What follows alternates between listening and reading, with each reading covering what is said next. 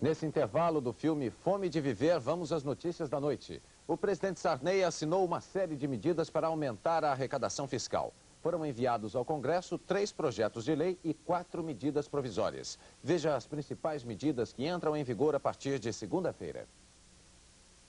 As taxações nas aplicações em fundos de curto prazo passam de 2,5% para 5% para o aplicador identificado e de 5% para 10% para o aplicador não identificado. A contribuição social sobre o lucro das empresas passa de 8% para 10%. A contribuição para o PIS/PASEP cai de 0,65% para 0,5%. A contribuição social sobe de 1% para 1,2%. A renda das loterias passa a ser destinada à Seguridade Social. Cumprindo o que está previsto na Constituição, a todo empregado que receber menos de 2 salários mínimos por mês será pago um salário mínimo anual. A carteira de trabalho vai ser alterada e as multas trabalhistas sobem. O governo decidiu ainda taxar em 1% as operações à vista em bolsas de valores e cortar em 50% os incentivos fiscais. Mas essa redução nos incentivos vale apenas para o imposto de renda, para o imposto de importação e sobre produtos industrializados. Os incentivos para o Norte e Nordeste, para as microempresas, os relativos ao trabalhador e a Lei Sarney continuam. E mesmo sem a criação do imposto sobre grandes fortunas, que foi estudado pelos ministérios da área econômica, esse conjunto de medidas adotado pelo governo para aumentar a arrecadação nas áreas fiscal e da Seguridade Social representa 1% do Produto Interno Bruto. Exatamente o que faltava para equilibrar o Orçamento Geral da União para o ano que vem, que já está no Congresso desde o dia 31 de agosto. O ministro da Fazenda, Maílson da Nóbrega, está em Washington para participar da Assembleia Anual do FMI e do Banco Mundial. O ministro disse que o Brasil está em boa situação, apesar dos problemas que forçaram o atraso do pagamento dos juros da dívida externa. Paulo Henrique Amorim. O ministro Maílson da Nóbrega ria sem parar quando foi recebido hoje em Washington pelo diretor-gerente do FMI, Michel Candecis. Isso foi antes de entrar na sala, porque lá dentro não deve ter sido nada engraçado.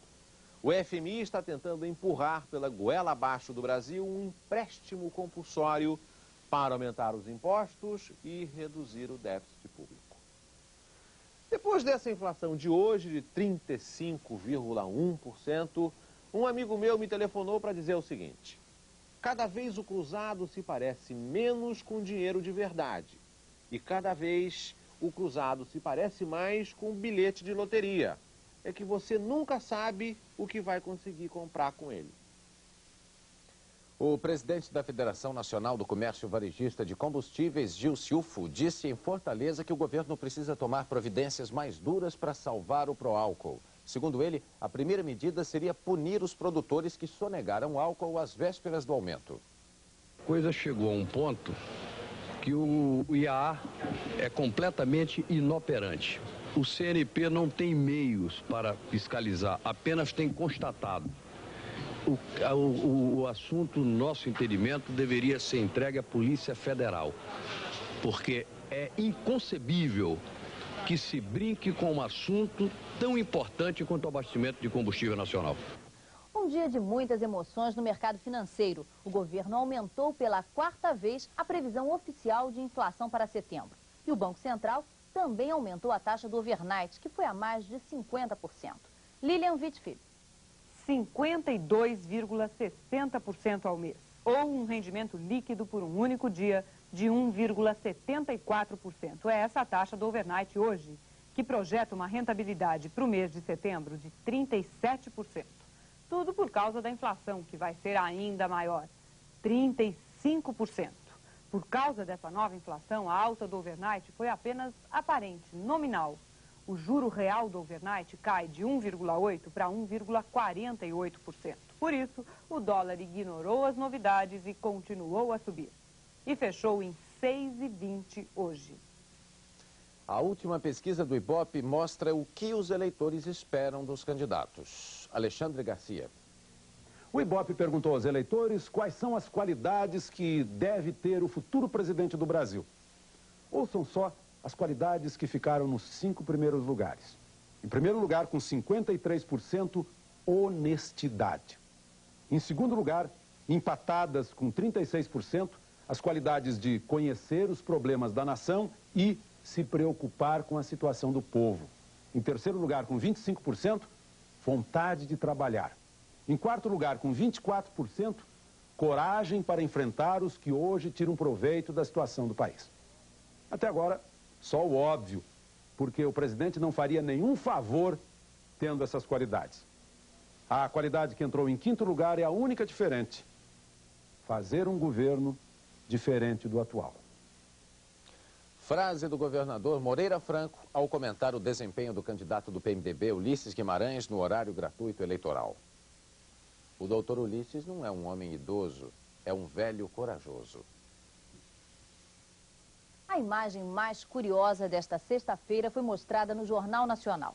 Uma corajosa mãe sobe ao ringue para salvar o filho de um massacre, e munida com as únicas armas que tinha: o sentimento de mãe e o sapato. Com os certeiros golpes do velho sapato preto, o filho se livrou da surra e passou para a história. Certamente, ele é o primeiro lutador de boxe que não foi salvo pelo gongo, mas pela mãe.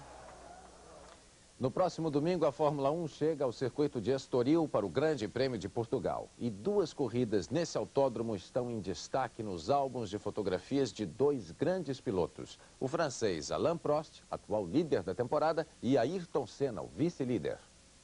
Chove chuva, chove sem parar. Essa corrida Ayrton Senna não esquece. Ele foi o líder de ponta a ponta. A pista estava perigosa por causa da chuva. Alain Prost que o diga. Senna pisou fundo e venceu com mais de 1 minuto na frente do segundo colocado.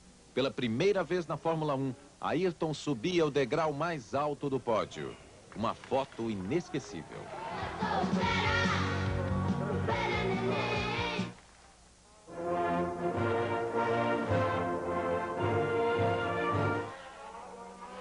Alain Prost estava impossível nesse GP. Numa perseguição implacável ao líder Gerhard Berger da Ferrari, Prost foi encostando volta a volta. E na penúltima, a decisão.